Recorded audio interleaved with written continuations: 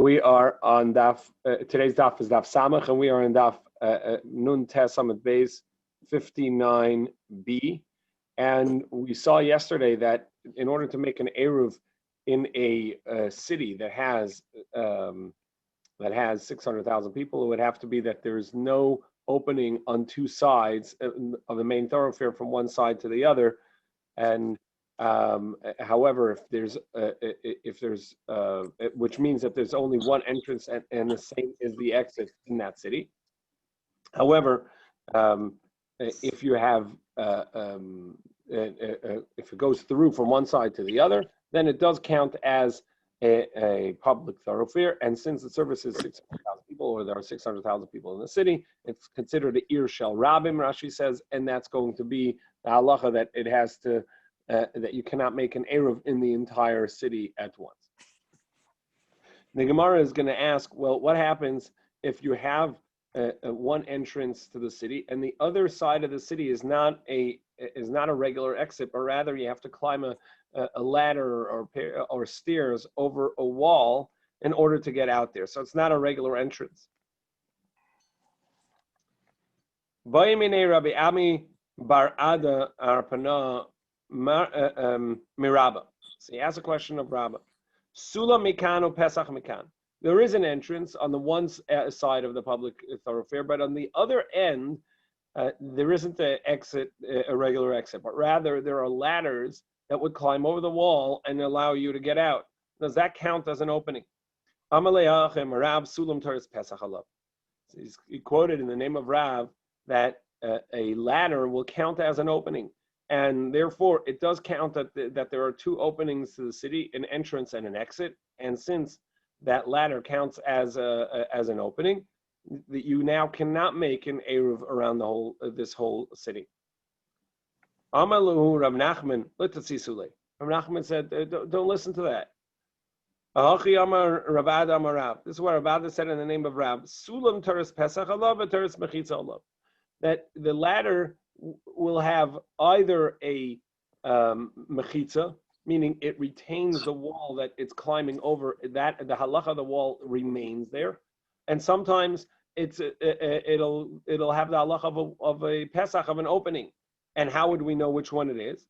It's always going to be a leniency, because Eruvin are derabanan, and so we're going to be lenient, and we're going to deal with this ladder whichever is most expedient, most lenient in this particular case. If we'd rather have a wall there, then it's going to count as the wall is still there and the ladder is simply a way to get over the wall. And if we need there to be an opening, then it's as if there's an opening because you can climb over the wall, but it's going to be lenient and not strict. It's going to count as a wall, like we said, that in other words, that there's still a wall there, only that there's an opportunity to get through the wall. Where is that? It's going to count as a wall in that it's going to be a separate. It's going to count like there is not a separate second opening in the city. And even though there's a ladder at the end of the wall, at the end of the street to get over the wall, nevertheless, it counts as a wall, and you're allowed to make an eruv around the entire city. And it's going to count as an opening in regards to between two courtyards. We know the halacha that in order to have two courtyards connect with an eruv, it has to be that there's a wall between them so that they don't automatically count as one. But it would have to be that there's an opening in that wall that they could walk between one and the other, whether it's a large window or it's going to be a doorway. That's what's going to define the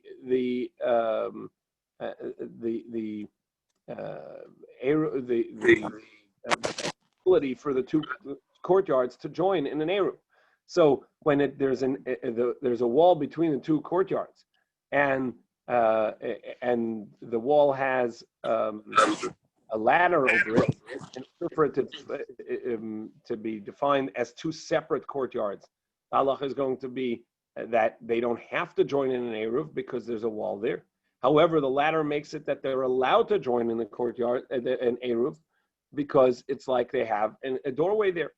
And that's the halacha of a ladder, that it counts as a door, an opening if we need it.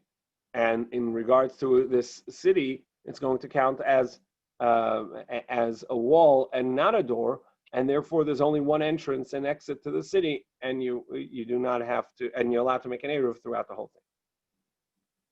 So Gemara says, "Mi Amar Rav Nachman Achi." Did Rav Nachman really say this, that the eruv is going to count as the eruv is going to count as the ladder is going to count as a doorway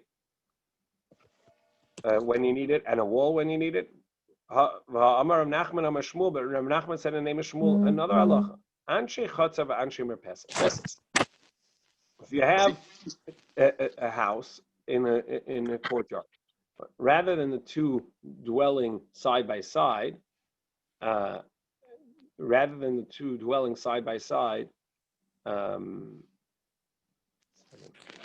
somebody's not really making a lot of noise.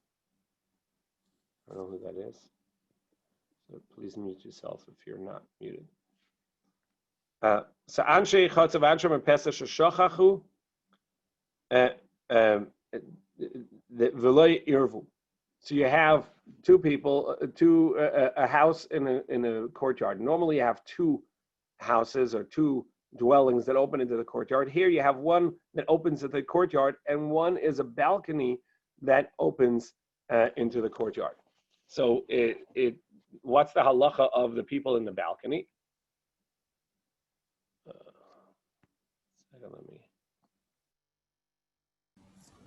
What's the halacha of the people in the balcony? The people in the balcony, since they have an opening that comes down into the courtyard through their stairway or ladder from the balcony down into the courtyard, they're also a part of the courtyard, and they would have to make an eruv with each other.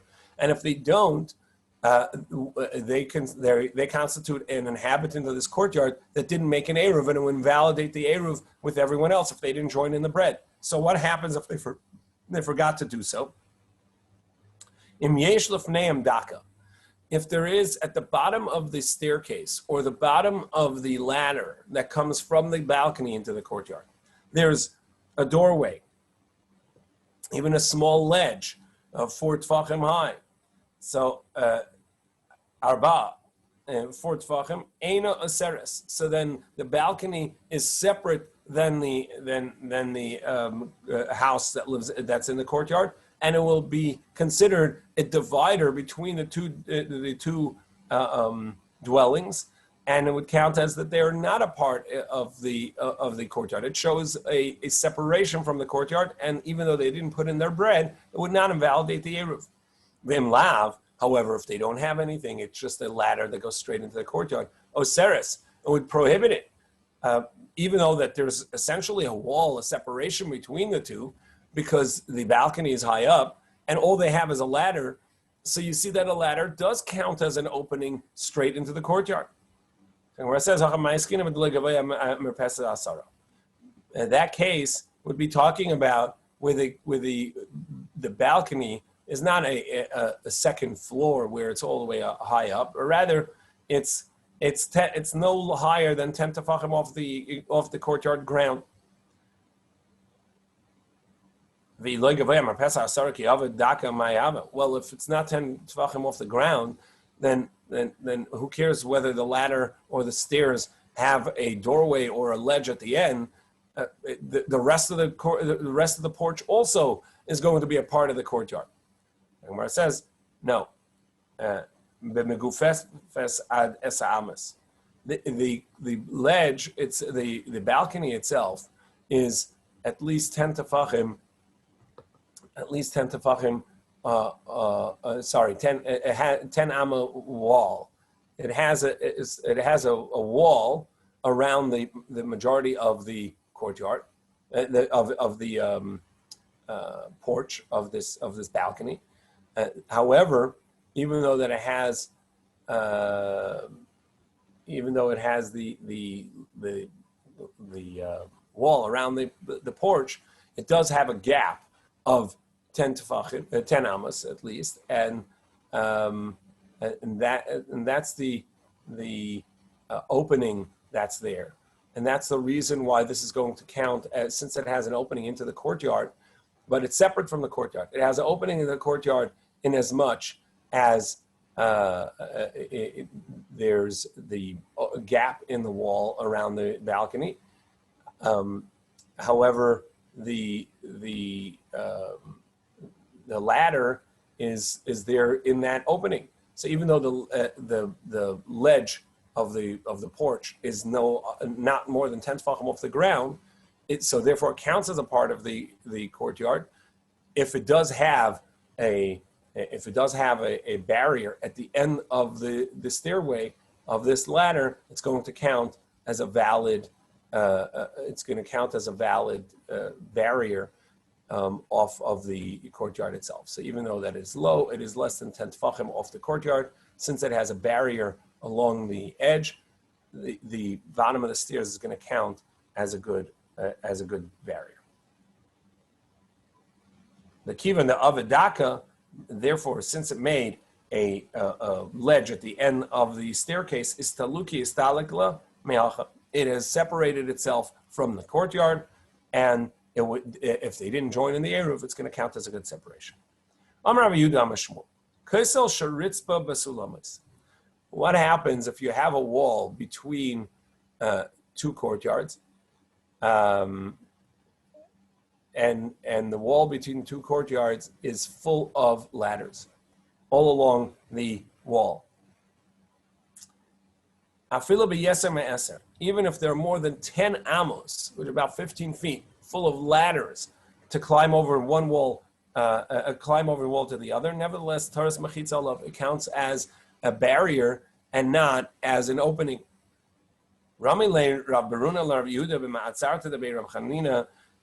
asked Rabbi Yehuda at the wine press of Rabbi Chanina, does Shmuel really hold that if you have ladders over a wall so extensively, it's still going to count as there is a wall and a barrier, and the ladders don't count to consider it a opening between the wall and like a doorway? But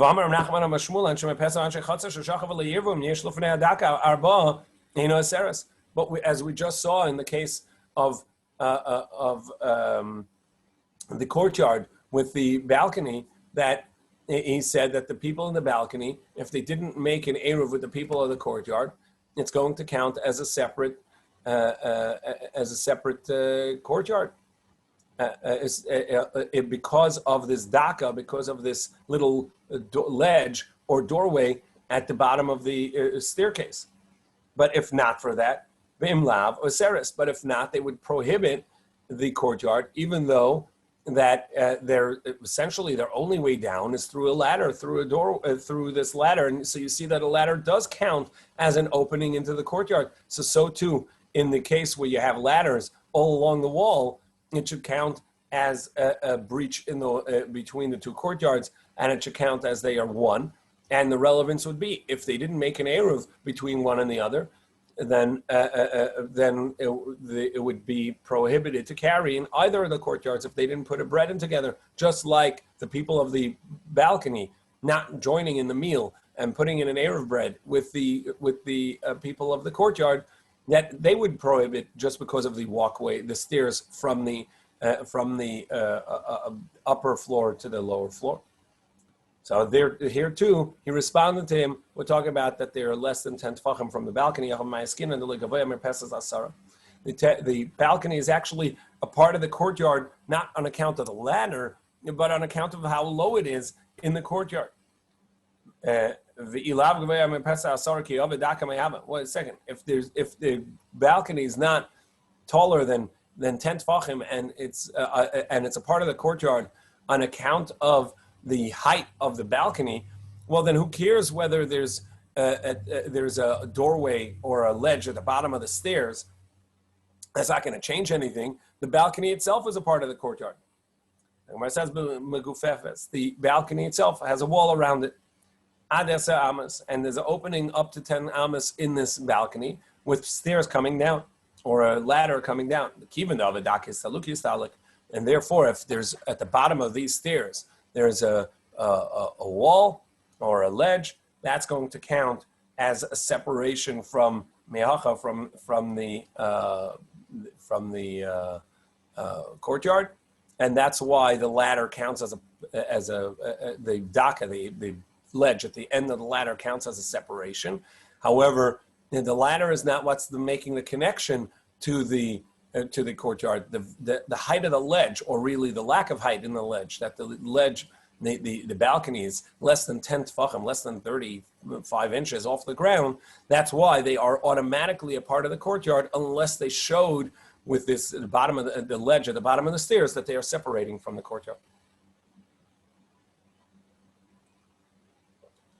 So essentially, we have the opinions of Rab, the opinion of Rab, that a ladder is going to count, a ladder over a wall is going to count as a leniency either way. Either the wall is there if you need a separation from the next space, such as in the city, where the end of the public way, the Rishus Harabim, ends in a wall with a ladder. It's going to count as a wall, and therefore you can make an area around the whole city. And if you need it, it's going to count as an opening, such as in neighboring courtyards that want to join in an eruv. They're able to, even though they don't have a doorway or a window between the two courtyards, but they have a ladder going over the wall, and that's sufficient because you can be lenient and consider the ladder an opening. That was Rav, and for Shmuel, it seems like a ladder always counts, even to be strict, and to invalidate an eruv, it's going to count as an opening. And to which Rav Nachman is going to respond and say, no, even there, it's only specifically in a case where the balcony is lower, not where the balcony is higher. And indeed, if the balcony is higher, the ladder would not be sufficient to invalidate the eruv and count the people in the balcony as a part of the courtyard. So we're always going to be lenient and count the ladder whichever way is most expedient and most lenient. The Gemara is going to tell us a story of the people of the place Kakunai. Hanu b'nei Kakunai also came to Rav Yosef. They came before Rav Yosef, and they said, Rav Yosef, Amrulei, they said to him, Havlan Gavra de Liaravlan Masin, give us a student of yours who knows the halachas of Eruv, who can help us make an Eruv for our entire city. Amalei Abayin. So Rav Yosef said to Abaya, all right, I'm entrusting you in this, but please make sure that when you come back and the Eruv is done, I don't have complaints from the people of the city. Zil Arivlu, V'chazi delay Matzavcha lebebei medrasha. Make sure that they don't come back to the Beis Medrash afterwards with complaints. Azal Chazal Lahanu Bati the Pischil Nahar. So first he came and he saw that some of the homes in the village or in this city are actually open not to the city itself, but to the river behind the city. And so he figured, you know what? Since we know that the halacha is that you cannot make an eruv, you cannot make an eruv around the whole city, and you have to exclude part of the city.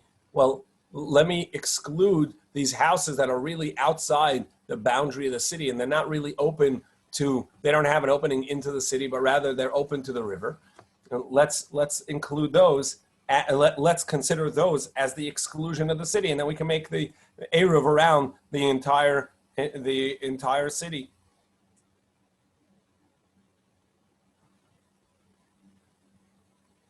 Right, as we saw in the Mishnah, that you have to exclude either 50 houses, according to Rabbi Yehuda. Rabbi Shimon said to exclude 3 courtyards that have at least 2 houses in it. So he said, all right, this would qualify as an exclusion. Amar Hani, we have a shira lamasa. So these are going to be the exclusion of the eruv in the city. And this way, everybody else can have an eruv around the entire city. But he says, no, but we learned that you can't make an eruv around the whole city. No.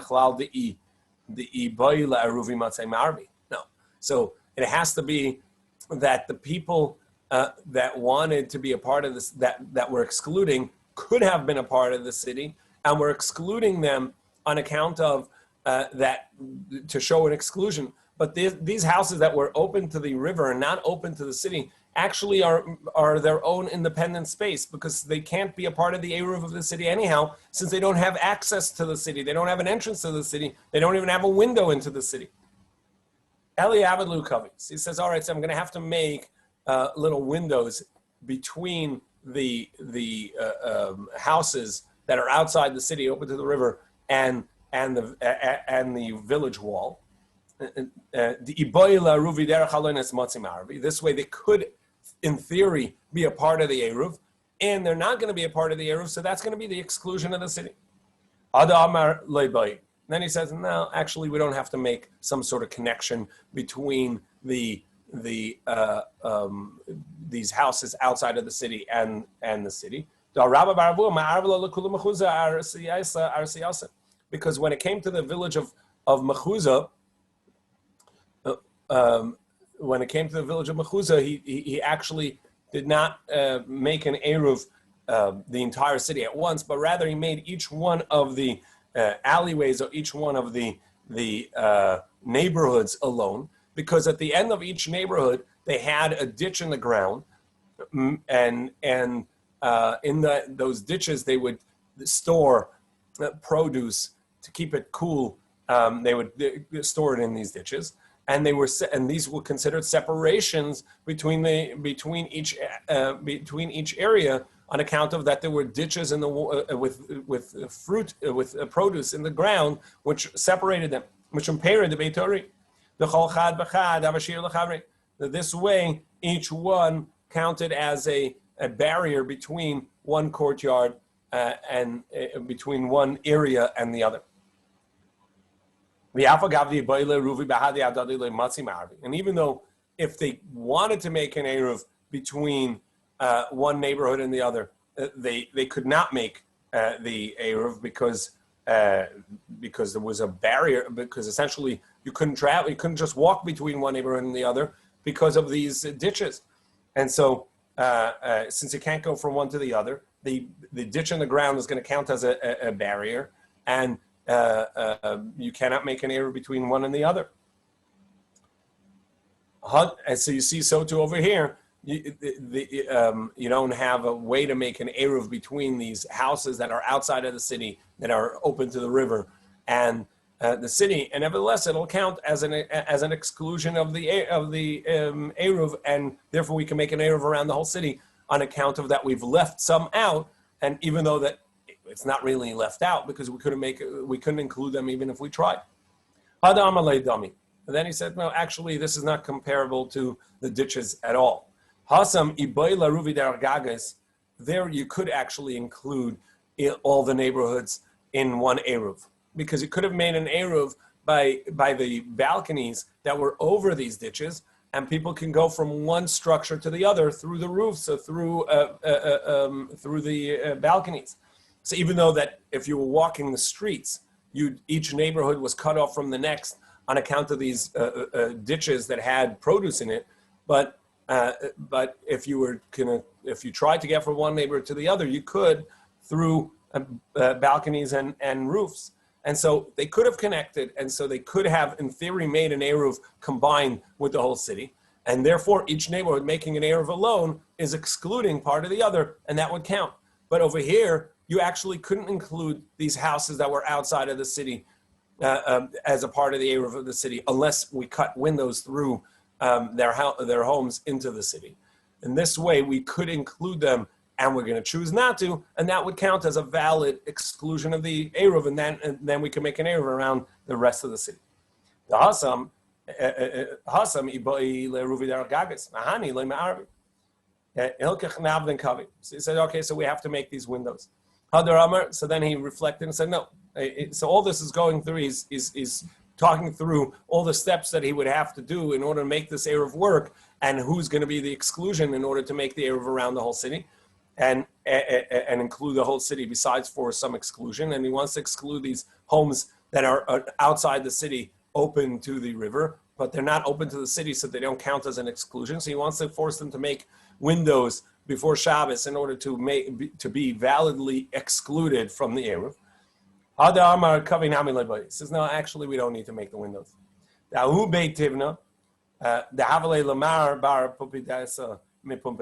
In Pumpadisa, there was a fellow by the name of Marbar Pumpadisa, and he had a silo of grain, which had a guard's house and a dwelling with it, and Vishav Yashir LaPumpadisa, and that was the exclusion of the Eruv of Pumpadisa. They made an Eruv for the entirety of Pumpadisa, excluding this silo and dwelling with it that Marbar Papidaisa had, and that was sufficient.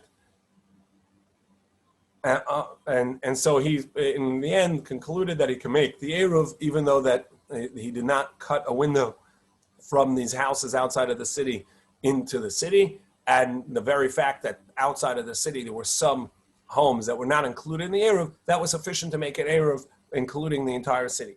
Amar, and he came back and he reported this, and he said that the Hainu de Amar Limar, this is what my teacher said to me,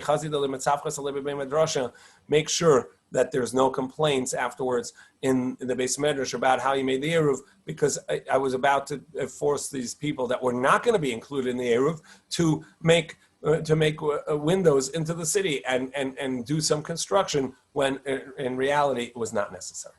And the concept essentially is the exclusion to the Eruv in a city that's large or had 600,000 people and now has less, or that is going to have a limit where you're not going to make the entire city included in the Eruv. Some people are going to be excluded. Those homes excluded don't actually have to be in the city itself. It can be outside the city, but a part of the tchum of the city, a part of the city in its entirety, and that would count as a valid exclusion. So the Gemara is going to go back to the Mishnah, which says that you have to have an exclusion, and Rabbi Yehuda said it has to be an exclusion like the city Chadasha, the new city in Yehuda. Amalei Elim Kain Asalach Chutza Tanya Amar Rabbi Yehuda. So Rabbi Yehuda said, Ir Achas Haysa Yehuda. There was a city or a village in Yehuda, V'Chadasha Shema, and its name was the new village. V'Hayabad Nun Diurim, and it was a totality of 50 inhabitants. Anashim Etaf, men, women, and children. So total inhabitants, a population 50. And that was the calculation that the Chachamim made on what needs to be an exclusion is this city. Vihi Haisashir. Hebailu Chadashamal. If it's the city itself, can this place Chadasha make an Eruv for itself or not? Gemara says, can Chadasha make an Eruv for itself?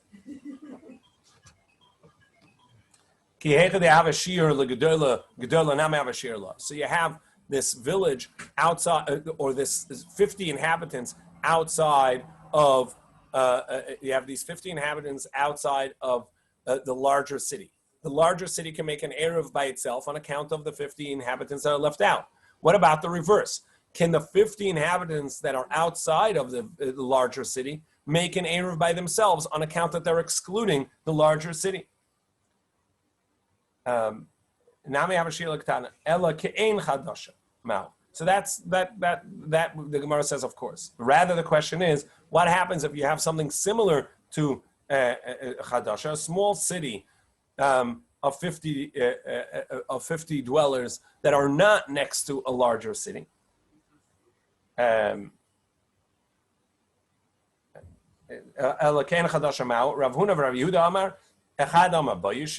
That even though that it's just 50, it would require that somebody is excluded in the Eruv. And that's halacha. You do not have to exclude anybody. It's a small village, even if it once was a very large city that had 600,000 inhabitants.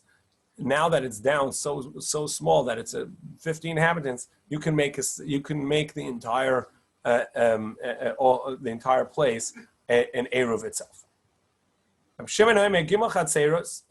So Rabbi Shimon says you don't need to exclude 50 inhabitants. It's sufficient to just exclude. It's sufficient to just exclude 2 courtyards, 3 courtyards of 2 houses. So he says the halacha is like Rabbi Shimon, that it's sufficient to just exclude the 3 courtyards of two houses. You don't actually have to exclude more than that. Rabbi Yitzchak says, "I feel a bayis echad b'chatzer echad." It's sufficient to just exclude 1 house and 1 courtyard. You don't actually have to exclude the 3 courtyards with 2 houses. So first the Gemara challenges, said, what are you talking about? 1 courtyard? If you exclude a house and a courtyard, what's a courtyard without a house in it? What it means is 1 house in 1 courtyard. Abaye said to Rav Yosef, Abaye asked Rav Yosef, his teacher, this that Rav Yitzchak said, that it's sufficient 1 house and 1 courtyard, is that a tradition he had? And that's a third opinion? Or is that just a thought, a logic? He says, look, it should be sufficient this way. What he says, what difference does it make? We already know that Allah is like Rabbi Shimon. So who cares what the meaning of Rabbi Yitzchak's opinion is? So Abai responded and said, teacher, I don't understand. Of course I must understand the opinion of Rabbi Yitzchak, whether it's halacha or not. Gemara, you want me to study the words of the Gemara, but Zamarta Tehei, it's just lyrics of a song. It's not actually a knowledge that I have to have. Of course it is. It's learning. And so if I don't understand, or if I don't know what the meaning is, I must ask, and I must understand the meaning more than just the words as a lyric. So that's the end of this halacha of having of the courtyards combining. And the last Mishnah, we're going to go back now to a Ruve Techumin, having a Techum where you have a distance to travel between one outside of the city and making an Eruv. Mishaya b'Mizrach. So somebody's on the east side of his home. And he says to his son, Arev li b'marav, make an Eruv for me, to the west. So he's traveling, coming from the east, and he says to his son, make an Eruv to the west. And the Gemara thinks to the west of his house. Or the other way around, or he's coming from the west and he tells his son, make me an Eruv on the east of the house. If by the time Shabbos comes in, he's within 2,000 amma of his home, so then he can be Kohen Shvis in his home. The home works as his base, and the Eruv, which is beyond that, is not going to count. The Eruv is larger than that. Mutal basis, his house is his place. And the Eruv did not work. However, it's the reverse. If Eruva alpayim, if he's within 2,000 amma of his Eruv, but more than 2,000 amma of his home, his home is not his base. The Eruv is his base. Now the Gemara is going to ask, if he's coming from the east, going west, and his son made an Eruv to the west of his home, how can he be closer to the Eruv than his home? And the Gemara is going to deal with that. If somebody puts an Eruv outside of the city, but within the other homes that are 70 amma outside of the city, or within the 70 amma of the city, which we said that you only count 2,000 amma from there. So he essentially, it's a useless Eruv, because even without the Eruv, he can go 2,000 amma beyond the Eruv. So the Eruv is of no consequence. However, once he puts it outside of the space, even though he uses the word tchum, which usually means 2,000 amma, the Gemara is going to tell us it means puts it outside of the natural beginning of the 2,000 amma. He's going to have a new 2,000 amma, new base, and the 2,000 amma is going to count from there. And for every amma that he gains on the side he put the Eruv, he loses an amma on the other side. Even if it's 1 amma out, Masha Niska, what he gains on this side, Umafsid, he loses on the other side, because when he's in the city itself or in his home, so he can go 2,000 amma to the east and 2,000 amma to the west. But once he puts an eruv, even 1 amma to the east, he loses an amma to the west, because he now can only go 1999 to the west, and he can go 2001 to the east, etc. So at first we thought, when he told his son that he was coming from the east, and he told his son make an eruv to the west, it's talking about to the west of his home, or vice versa. He's coming from the west and tells his son make an eruv to the east. It's talking about the east of his home. So it makes sense that he told him he's coming from the east. He told him make an eruv farther away from me, so it makes sense that he's within 2,000 amma of the home, but not within 2,000 amma of the eruv. So the eruv doesn't work at the onset of Shabbos, but the home counts as his base at the onset of Shabbos. Is farther away from the eruv than his home, because he came close enough to his home, but not close enough to the eruv.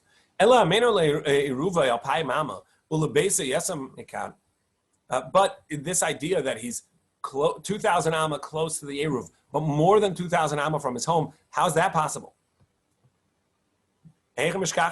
So Amar Rabbi Yitzchak. So first Rabbi Yitzchak said, no, you're mistaken. When he told his son make an eruv to the west, he didn't mean make an eruv to the west of the home, but rather make an eruv farther west than where you are. So he's traveling, his son is running ahead, and he tells his son, make an eruv to the west of where you are.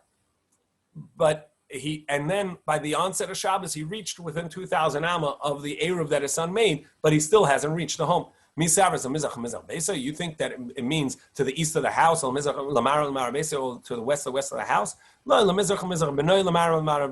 It's all talking about to the east or west of his son. He tells his son, make an eruv farther west than where you are, or farther east than you are. Rabbi the son of Rav Shela, he says no.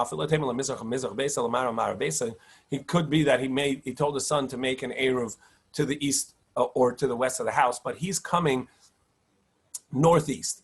He's coming on an angle, so it could be that he is closer to the eruv, and they are now in a triangular space. The house is farther away to the northeast, and the eruv is to the east of the house, but also south of the house, and he's coming from the southwest, and so he's close to the eruv, 2,000 amma to the eruv, but farther than the house, as this picture in Rashi shows. The house is on an angle from him, and the eruv is closer to him, and therefore the eruv is going to count, and the house is not going to be his base for Shabbos. He puts the eruv within ibura. He puts it within the ibur, within the space of the city, and it says if it's outside of the city, even outside of the techum, which we said is a term usually that means the end of the 2,000 am. So Gemara says chutz l'techum. He put the eruv outside of the 2,000 amma, then it's an invalid because he can't get to the eruv. Gemara says chutz l'techum sakadaitach ela ema chutz l'ibure, means outside the beginning of counting towards the techum. For every amma that he puts it into the 2,000 amma, he loses of the 2,000 amma on the other side. Mashaniskar, hu mafsid, what he gains by putting the eruv on one side, he loses on the other. Mashaniskar v'sulay, only what he gains, but no more. He doesn't lose anything else. But Tani we learned. Somebody puts the eruv inside the boundary of the city, which means essentially the 70 amma outside of the city, the homes or structures outside of the city. He puts the eruv there. He didn't do anything because in any case that's a part of his city, and even if it's outside the city walls, it counts as a part of the city. We're going to measure that a part of the city, and he has 2,000 amma from there anyhow. He puts it outside of that space, meaning into the 2,000 amma that he generally will be allowed to go, extending his 2,000 amma. Afila amma achas, even one, mistaka osa amma, so he gains that one amma. Umafsid as kali erkula, but he loses the entirety of the city. We saw earlier that there's a halacha that when you have a dwelling in the city, the entirety of your city is going to count as 4 ammas. And therefore, you can go from one end to the other, even if it's a 10,000 amma walk. It says it's inside the city, it counts as 4 ammas. However, Over here, we're learning that if you make an Eruv, you place your Eruv outside of the city. So now that Eruv is actually your dwelling place, your shvisa for Shabbos, outside of the city.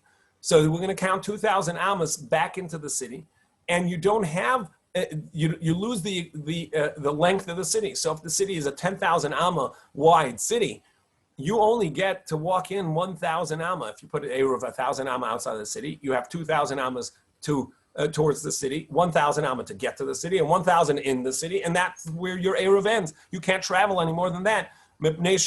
And so you lose the entirety of the city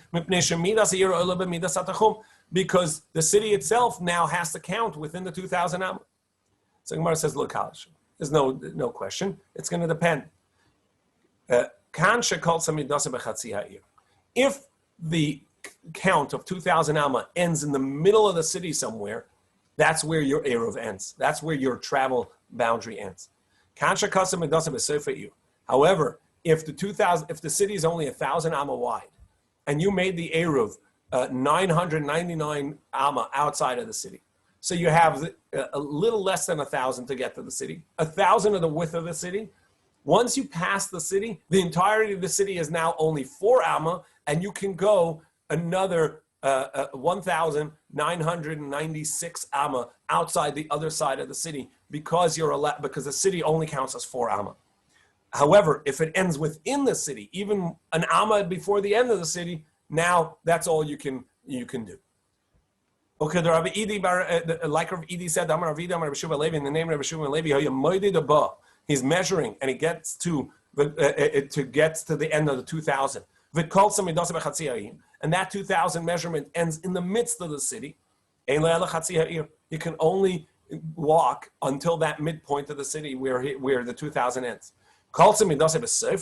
However, if it ends at the end of the city, meaning outside of the city already, the entirety of the city now shrinks down to a count of 4 amma, and he can and that's all he has to exclude from his 2,000 amma. And he can go to the rest. Amar Rav Idi, so Rav Idi said, Ein elu ela divrei navius. This is a prophecy, meaning it doesn't have a logic. It is only it's as if like this is what the halacha is. It's halacha, and we don't have any explanation to why that would be. Ein elu ela divrei navius. Mali kol shebachatzi. What difference does it make if it ends in the city? Mali kol shebasofir, if it ends after the city. If it ends after the city, you're saying the city counts as 4 ammas. So if it ends in the midst of the city, also it should end and count as 4 ammas. Tomorrow we'll continue with this discussion of when an Eruv of 2,000 ammas ends in the middle of a city versus outside the city. Do we say the city counts as 4 ammas, or do we say that the Eruv ends in the middle of the city, wherever it is?